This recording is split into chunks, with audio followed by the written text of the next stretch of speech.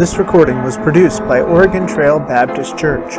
If you'd like to get more recordings, or to leave your feedback, please visit us at www.otbchurch.com or write us at P.O. Box 298, Guernsey, Wyoming 82214. We look forward to hearing from you, and we hope that today's recording will not just challenge your thinking, but will transform your life.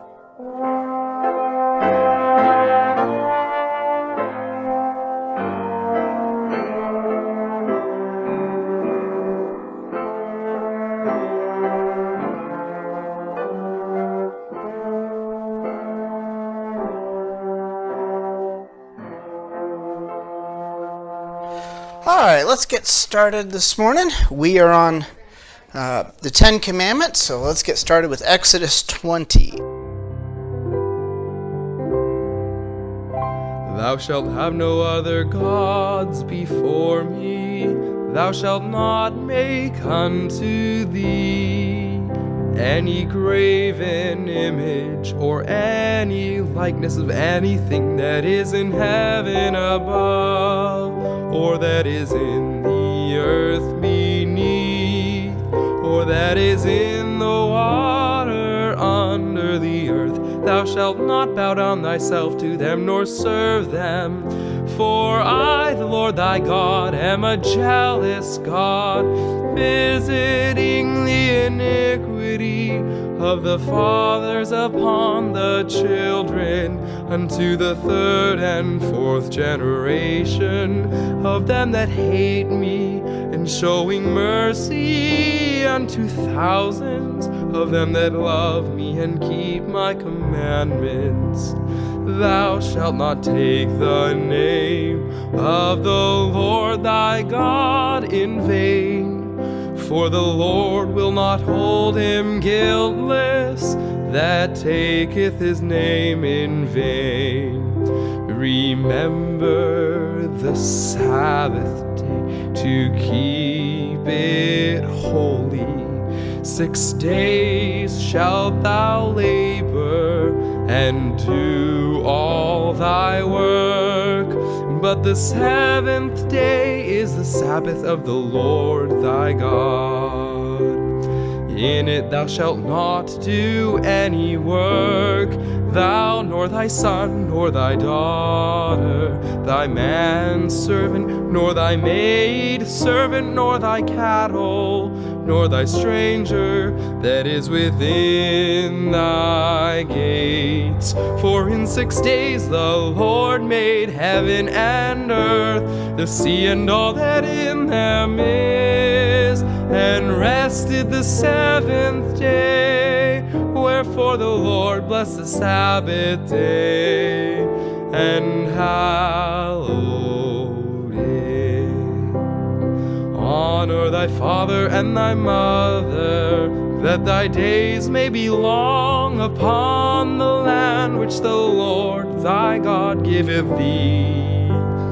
Thou shalt not kill, thou shalt not commit adultery, thou shalt not steal, thou shalt not bear false witness against thy neighbor, thou shalt not covet thy neighbor's house, thou shalt not covet thy neighbor's wife, nor his manservant, nor his maidservant, nor his ox, nor his ass, nor anything that is thy neighbor's.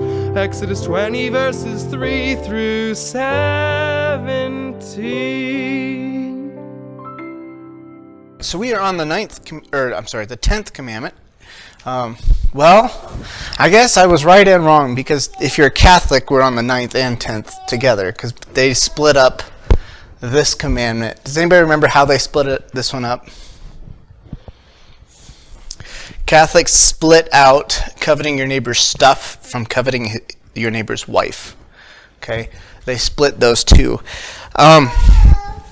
However, Protestants and Jews put them together.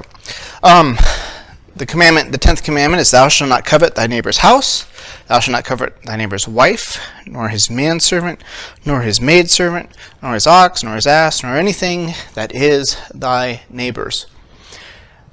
This commandment is unique to all other 10 commandments. How is it unique? In some senses, yes, I realize they're all unique, but what makes this one stand out as a little unique?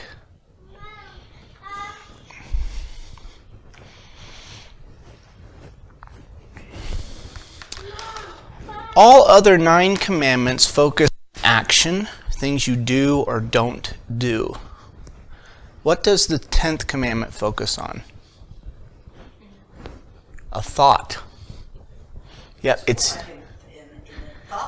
exactly. It's the 10th commandment focuses on your thought. It's the only commandment that really is centered in your thought life. Now, 613 roughly commands in the Old Testament. Of all of them, this is one of the only, if not the only, commands in the Old Testament that deal with thought. Why would it be?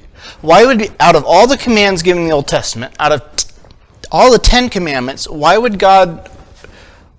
this one on thought be so significant it has to be in there? When all the others are dealing with our actions, why would God give a command dealing with our thought? Okay, it's the thought that leads to the others. So I put here a circle, which obviously the printer kind of messed up, but that's okay. It's coveting that often leads to murder. It's coveting that often leads to adultery. It's coveting that often leads to stealing. And it's coveting that often, after you've murdered, committed adultery, or stole, you often start into perjury or lying to cover up your past. Okay? So, coveting itself is centered in, the problem of it is you're centering on yourself. A word probably closely associated with that is greed. If you think about a greedy person, they're trying to gather more for themselves or more than they should. Coveting is a focus on yourself. It's also a discontentment with what God has provided. Okay, when you covet somebody's stuff, you're discontent with the stuff God has given you.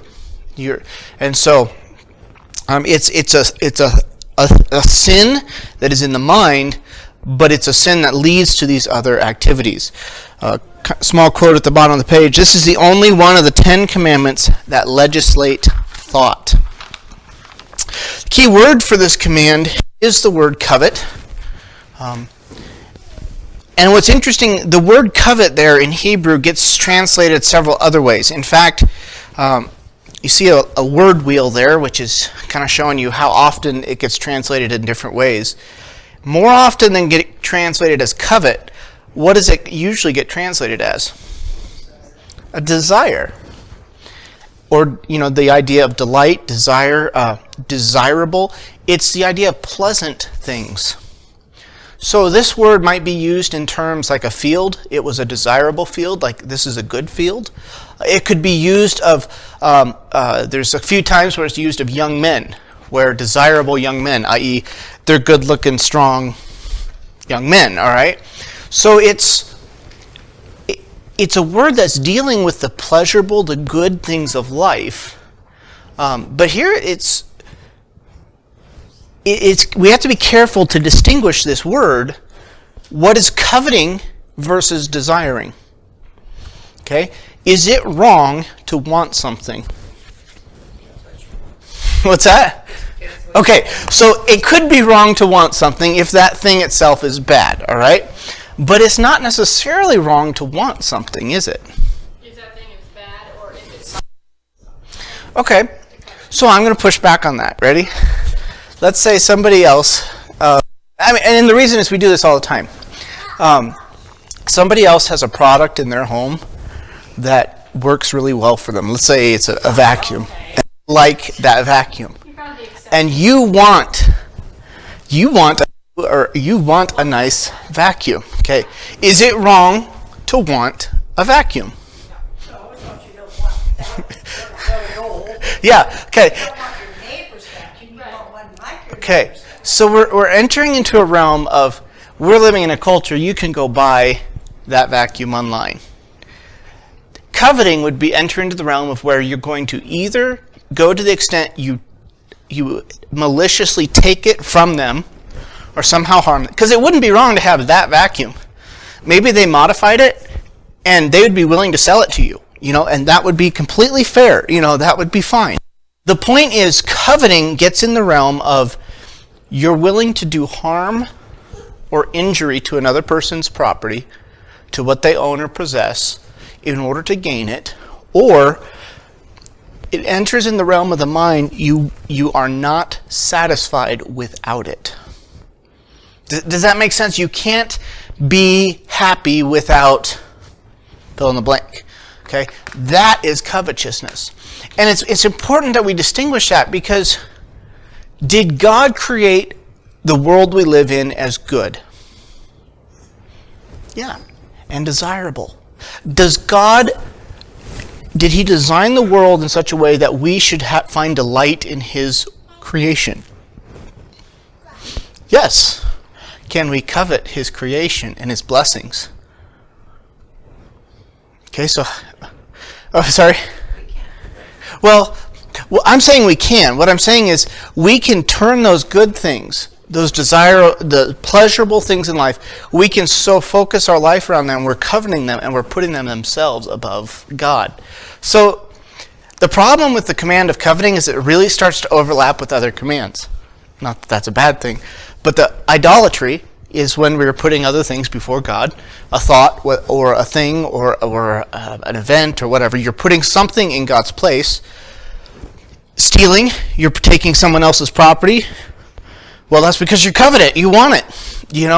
Lying, again, you're covering up. Adultery. And interesting, in the command itself, it covers several different entities. He says thy neighbor's house, his wife, his manservant, his maidservant, his ox, his ass, anything that is thy neighbor's.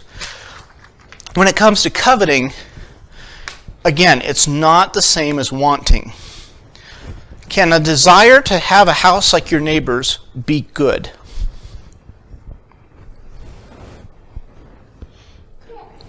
Okay, could be. And that's really a good answer. And the reason is, I may want a house like my neighbor's, and that may inspire me to be productive. It may inspire me to make wise choices with my money and do wise things with my time. It may inspire me to focus my energies and attention. It may inspire me to be a good citizen in society. So it could go towards the good. It also could go towards the bad, where you're going to steal, you're going to cheat, you're going to rob, you're going to do what it takes to get there. Or you destroy theirs. Yes, or yeah. It's not desirable for anybody. Exactly. So there's a vengeance that kind of sets in. Like, if I can't have it, they can't either. Right. And truly, I think in some of the modern culture and politics, this is a thought that, unfortunately, most politicians are not dealing with well. The idea of entitlement, well, I am entitled to this, I'm entitled to that. No, you're not. You're not entitled to a job, okay? If you show up to the job and you can't do the job, or you won't do the job the way you're supposed to do the job, why should they keep you? If your neighbor has chosen a career path that has put him financially ahead in life, why should you be entitled to his house or his pool or his car? Why? Our founding fathers thought of it in the realm of every man's free to make their own decisions and choices in life.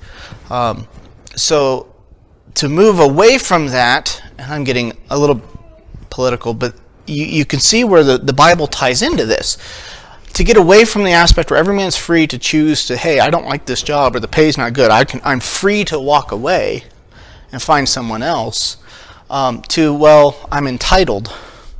I'm entitled to have someone pay for my internet and my phone and my housing, and that is a perversion of the concept of every man's property rights, really. So, coveting here, the desire for something is not bad in and of itself.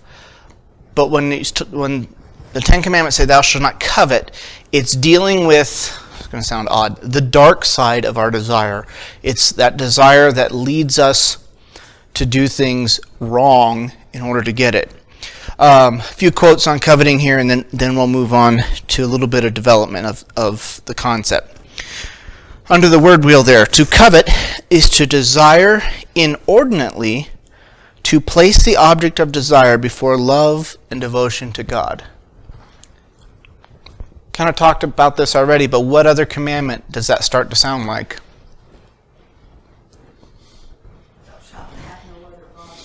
Yeah, sounds like that whole putting other gods, other things before the Lord. Okay, the next quote here. It is an intense, wish-filled desire that may manifest itself in various actions, good or bad. This is talking about the word itself. Depending on the object of the affection and the intention of the one with whom the desire burns. Such desire are prescribed when they take forms such as envy and jealousy, nurtured in absence of faith in God's provision and neglect of his commandments. David had a strong desire to do something. Does anybody remember what his strong desire was? He wanted to build the temple. Was that a bad desire? God even honored that desire. And God kind of did a play on words with it, where David wanted to build a house for God, and God turns around and says, no, I'm going to build a house or a dynasty for you. But he didn't want David to do it. But God was pleased with the desire itself. But David yielded to God's plan. God's desire that then Solomon, his son, would build the house. Did that mean David didn't do anything at all about the temple? No, he collected wood and gold, and he got the preparations ready to go for his son. He did that. So there's an element with this word that our desires are not always bad or good. That phrase, second line from the bottom, nurtured in the absence of faith in God's provision. Okay, when we lose sight of God's provision for us, and we nurture our own desires, we're on a bad track. That's just simply how to put it, I suppose. Thou shalt not, then the Hebrew word covet, refers to an inordinate, ungoverned, selfish desire. Okay, because again, we have desires. We might have a desire to make our home better in some way, and that's not bad. That's a good desire. That's a desire that's actually fulfilling the divine mandate to subdue the earth, to cultivate the earth. There's a reason, in my mind, it's just forever stuck. Scottsdale, Arizona has an aerial photo, and you can see these suburbs, and each piece of land is like a quarter of an acre or so, and they're worth $500,000 to $1 million a piece. And next door to that is an Indian reservation, and it's just desolate, which shows dominion. Well, the one side, they've done something to make that land that is valuable to other people, and on the other side, there's just nothing, and you can't touch it. So there is a command for us to, in Scripture, be workers, to be profitable, to till the earth is what starts off in Genesis with gardening and cultivating and make it, so the process and technology of making life better is good. It should not be a god. But to covet things to where you can't be happy or satisfied without them, we have issues. Did you have something, babe? I was going to say that desire in and of itself is a good thing because God gave it to us. Yes. God created it, therefore it's good. Yes. Being a corruption. Yes. Sinful nature, however you say that. Yeah. And that's where our desires can turn evil quickly if they're not governed and checked by God's word and God's desires. So what coveting is not, I've kind of hit this already, but human desire is viewed throughout as normal and good, insofar as a reasonable and correct measure is not exceeded and is not directed toward the wrong ends, as Laquita pointed out earlier. Well, the Hebrew word for covet can also be translated to desire. In the 10th commandment, it means an ungoverned and selfish desire that threatens the basic rights of others. That's another helpful thought. Coveting threatens the rights of other people. It's infringing on their rights. Comments or questions before we move into a little Old Testament development on it? All right, Old Testament development. In the law, obviously we have the 10 commandments, both in Exodus 20 and Deuteronomy 5. Israel's desire for the food of Egypt led them to sin and complain against God. In Numbers 11, we read, "And the mixed multitude that was among them fell a-lusting, and the children of Israel also wept again, and said, Who shall give us flesh to eat? We remember the fish which we did eat in Egypt freely, the cucumbers and melons, the leeks and onions and the garlic. But now our soul is dried, and there is nothing at all besides this manna before our eyes." So what were they longing for here? The life that they had in Egypt that, in retrospect, looks so good to them. Isn't this funny? I mean, you have to think about this as just kind of funny. What did manna taste like? Okay, tasted like wafers and honey. Okay, and we don't know that because we tried it. We know that because that's how the Bible describes it. So whatever they thought that tasted like. So when you and I think of honey, that to me is a pleasant taste. But just like anything, you eat too much of it for too long, it becomes old. Now, God was sustaining them. God was taking care of them.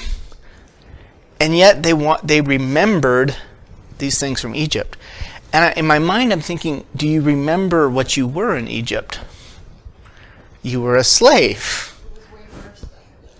How good do slaves get fed usually? You know what I'm saying? How good is the life of a slave? And you also have a promise from God that you're going to be entering the promised land, a land described as flowing with milk and honey.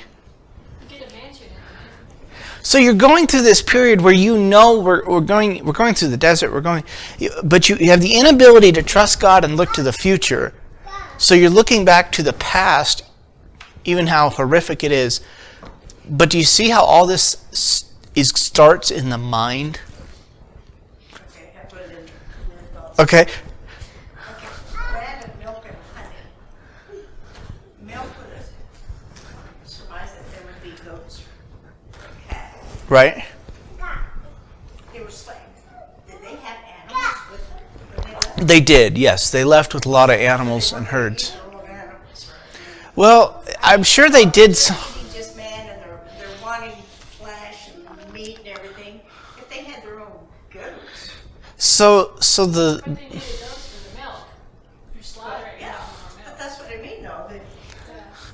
the wilderness wanderings was intended to be about The journey. maybe about a year at most. And the reason I say that is they spent 40 days at Mount Sinai. And it was to be really soon after Mount Sinai they went into the Promised Land.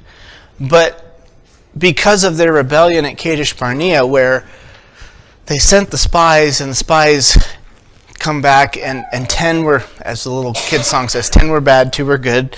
The spies failed to see that Canaan they saw the goodness of the land, but they failed to see that God's ability to give them the land. They didn't believe in the ability of God to Right. And help them conquer. and then they stirred the hearts of the people, and so then the people rebelled, and then now they're spending, instead of what was somewhere between 40 days and a year, somewhere in that time, because it would only take, I want to say like a month or so to walk that distance. Instead of that, now they're spending 40 years in the wilderness wandering around. So the initial plan, they would have had their cattle and their stuff moving in fairly quickly. But I can't imagine in the desert you're going to have a lot for them to eat. Yeah, there's no sense letting them die off, I guess. So, but God did, He provided, He sustained. I tend to think that the 40 years, God was just, we know He was letting the older generation die off, but I think He was providentially making sure that happened, because none of them from that generation would enter the land, but there was going to be, except for, not Aaron, Joshua and Caleb. Yeah, Joshua and Caleb would enter the land. So, yeah. I just noticed the verse said that it was the mixed multitude that wanted the leeks and garlics and onions. Well, they were the ones that fell a lusting. And so that would have been your Egyptians that kind of converted. Possibly. So they would have had, Yeah. might not have been the slaves who wanted to go back to that. There is a lot of discussion on that one that it just gets into, I'm not sure what that is. Because of this passage, though, the Jews over time, they kind of emerged a tendency to interpret every desire as bad or evil. So every human desire coming from external stimulus, they viewed that, they understood that as sin. Now, that is not a biblical position. That is something that philosophy and Greek thought, even though this is way before Greek thought, that is something they've came to. You read of some of the philosophers, and they begin to split out the body from the spiritual. They say anything body is bad, anything spiritual is good. So the desires of your body, they're all bad, and any desires of the spirit, they're all good. Okay? Yeah. Well, it's not biblical theology. Who made the body? Did He make it good? Yes. So we have a perfect body that God created. Yes, we're fallen, we're tainted by sin. God made us with desires. The desires are not bad. Okay? In fancy theological terms, they call that, my mind just slipped. Good morning. I'm having a moment where I can't think. So, sorry. What's that? Oh, I know. My mind just completely slipped. Here you go, Dory. Oh, I'll get it. But we have desires. When Christ came as a man, He was given the same desires to eat, to sleep, to drink. The same desires of Him we have. And they're not wrong. But we've talked about this, I think, before. Where temptation falls in is when we take a God-given desire and we seek to fulfill it in a God-forbidden way or at a God-forbidden time. Okay, does that make sense? So my desire to eat, and if that leads me to work so I can get a paycheck to pay for something, that's good. But my desire to eat, if it leads me to steal, that's bad. I fulfilled that desire in a God-forbidden way. Sometimes it's not a God-forbidden way, but it's just not God's timing. So if God wants us to wait on something or whatnot, okay, a kid who has a desire for the Christmas presents under the tree, are they for him? Yeah. Well, we're assuming. They might be for his brothers or sisters, right? But we're assuming the ones labeled for him are for him. But for him to open them beforehand, is that in the timely fashion? No. So he's taking the temptation for something that will be his, that desire turns bad, and we kind of smile and chuckle because in our minds it's not the worst thing in the world, and it's kind of cute. But we do this in other aspects of life where we know something's for us, but we get so antsy we have to have it now. We jump the gun. We run ahead of God. Yeah. So, anyway, it's an important thing to note. The Jews kind of got this mixed up a little because they started to split out what any desire you have, it must be bad. God sometimes uses our desires. So we've been going through James 4. Our desires should be coming in line with God's desires. And when we do that, we find a very fulfilled and satisfied life. But anyway, number 2 here. There was promised protection when involved in worship. In Exodus 34:24, God says, I will cast out the nations before thee, and enlarge thy borders. Neither shall any man desire thy land, and thou shalt go up to appear before the Lord thy God thrice in a year. So 3 times a year, the men would leave their home. They would travel to Jerusalem to be part of the worship system. And God is promising here protection, saying, your enemies, your neighbors, during those times, they're not going to covet your land. They're not going to desire your land at that time. I will protect it. So isn't that kind of an interesting thing where God says, look, if you honor me, and you worship me, and you come do these ceremonies and rituals that I have prescribed, I'll take care of the home. I'll take care of things at home for you. That word covet is used there, I think, in an interesting way. It gets translated as desire. Any man desire thy land. But there's a promised protection there. B, the historical books. There's a lot of coveting that happens right in Joshua 7. We have Achan, who took of the devoted things. The whole chapter deals with Achan because it's a individual sin that ended up with corporate ramifications. If you remember the chapter, you have they're victorious at Jericho. They conquer the city. All is going well. Everyone's on a high. It is a wonderful time. They've just seen God work in an amazing way. And then at the beginning of chapter 7, the people of Israel, they're going to this small city of Ai, or Ai, as some people call it.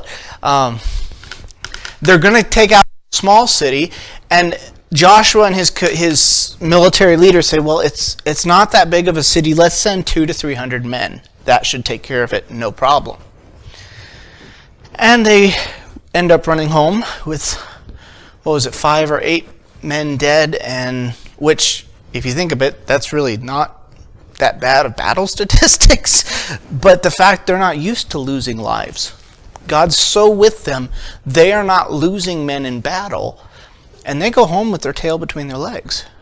And Joshua is on his face before the Lord trying to figure out what happened, what went wrong, why did we lose this battle? And God says, get up, there's sin in the camp. And so through the process of casting lots, they start with the 12 tribes of Israel, and they cast lots or throw dice or whatever it is, straws, kind of whatever they do to determine it. They get down to Achan and his family. And just Joshua asks him bluntly, what did you do? What happened? And Achan's description of what happened when they went into Jericho to take the spoils, it was this, in Joshua 7:21. He says, when I saw among the spoils a goodly Babylonian garment, and 200 shekels of silver, and a wedge of gold, 50 shekels weight, I coveted them and took them. And behold, they are hid in the earth in the midst of my tent, and the silver under it. Now, were other goods being taken out of the city of Jericho? Okay.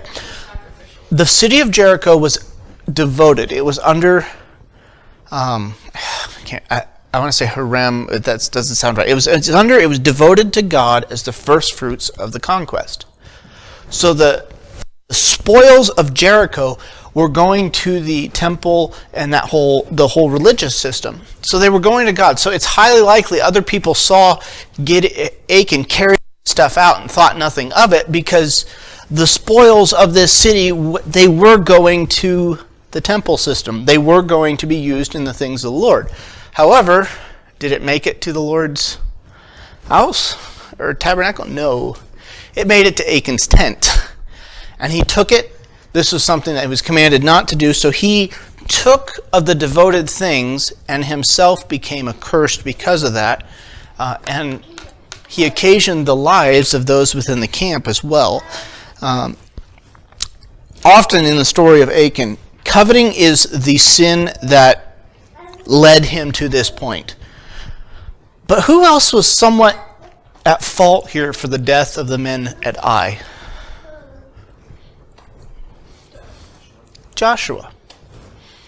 We don't think of it this way, but had Joshua consulted the Lord before the battle and not just consulted his generals, would God have revealed to him that, okay, before you go to Ai, you got something to deal with in the camp?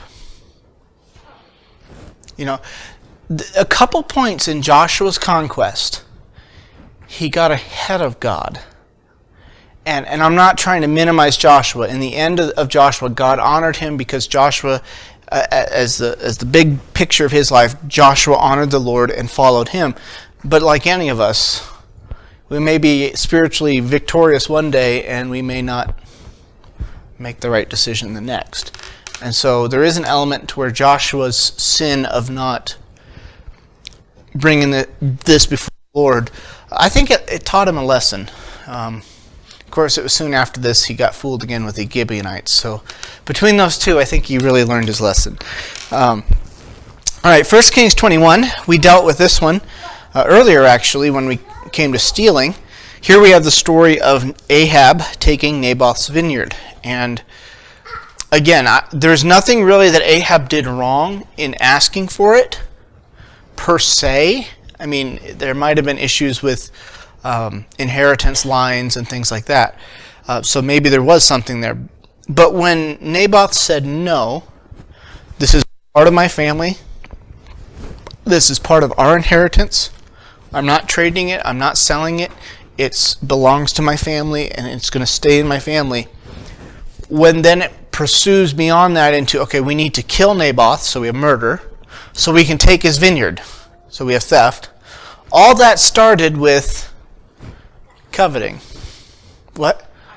I want. Now, again, it's hard to put anything that Ahab does in a good light because he was a bad king beginning to end. Such a bad king, he becomes the standard of all the bad kings was he as bad as Ahab or not? All right, so he kind of sets the bad standard. However, there is nothing wrong with looking at your neighbor's field or house or whatever and saying, that would be nice. What's wrong is to want it so bad you can't be happy without it, which happens in this story because Ahab's so distraught and upset because Naboth won't give him the vineyard. He's so angry and upset. Jezebel's like, what's wrong? So he's emotionally distraught over something, and truly when we are coveting things in our life, we become distraught, irritated, agitated when we can't get what we want. And so that led him into, him and Jezebel into these sins of murder and violence and stealing. All right, see here. Comments or questions before we go into that? We'll cover C and then we'll pick up with the prophets next week. Wisdom literature and Psalms. Okay, so in the wisdom literature, Proverbs, we have warnings against desiring another man's wife. Talking about the strange woman in Proverbs 6. It says, lust not after her beauty in thine heart, neither let her take thee with her eyelids. All right, so there's that whole chapter has a lot of strong language about warning against the desire of a strange woman or an adulterous woman. Number 2, the slothful covet but never have. They covet things and they never get them. Proverbs 21, the desire of the slothful killeth him, for his hands refuse to labor. He coveteth greedily all the day long, but the righteous giveth and spareth not. When you were a kid, and it was getting close to Christmas time, about November or early December, what would almost always come in the mail? Christmas catalogs, right? And it may have been the Sears and Roebuck. Yeah. And they had, I still remember this. We found the toy section, and we had it marked up of like everything we wanted. Of course, the irony was anything that was a boy's toy was on our want list. Oh, and as kids, you may have seen your own kids do this. They sit there and they circle or they dream about having this toy. The funny thing is, they'll spend time focused on a toy they want. And what's in the bedroom? Toys they don't play with. Toys they have, but they're not playing with. They're focused on other things. And so it's an interesting development how our thinking, the things we covet, they can make us dissatisfied with what we have. The lazy person I think of as like the little kids with that toy catalog. Now our kids are not going to be getting up and going to work at a job. I get that. There's child labor laws and stuff like that, all right? And yes, our kids need to get an education. But the lazy person, isn't it amazing how people who don't work, how much they can shop? Just yes, and so there's truth there where someone who's lazy, they want all these things, but they're not doing anything to earn them. And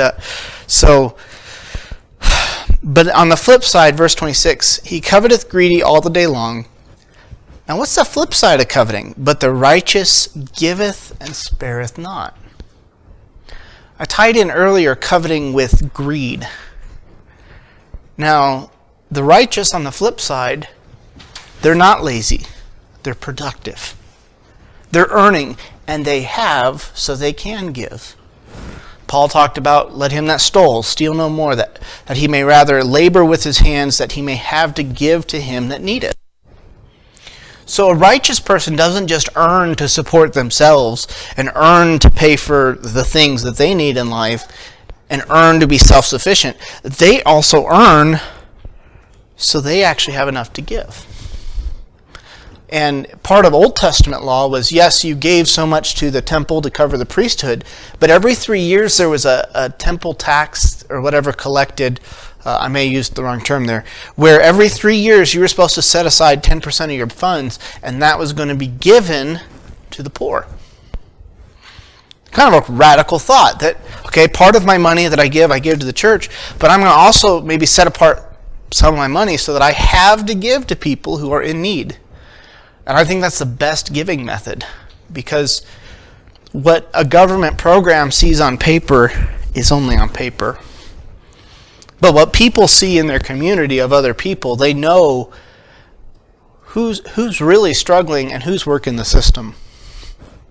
We know that. So we as believers know we shouldn't be covetous, but we should be righteous in that we have enough to sustain ourselves, or we have a little extra that we are willing and able to give and share. Number 3 here, legitimate desire can and may be fulfilled. Song of Solomon, kind of a dicey book for little kids' ears. But it says in chapter 2, as the apple tree among the trees of the wood, so is my beloved among the sons. I sat down under his shadow with great delight. There's our word, same word for covet. And his fruit was sweet to my taste. She was happy to sit with her beloved. And were they married at this point? Were they courting, dating, whatever? Yeah, I'll leave that for the commentaries to hash out. But there was a desire to be with the person. Solomon 5:16. His mouth is most sweet, yea, he is altogether lovely. This is my beloved. This is my friend, O daughter of Jerusalem. There we have, he is altogether lovely. He's desirable. She wants to be with him and spend time with him. So, well, let's close out in prayer this morning, and we'll pick up next week. Lord, we thank you for the desires that you give us. And Lord, we ask that you would help us as we've looked here at coveting, not to turn the good desires you've given us into evil, not to try to satisfy those desires apart from your will and your timing. We ask this in your Son's name. Amen.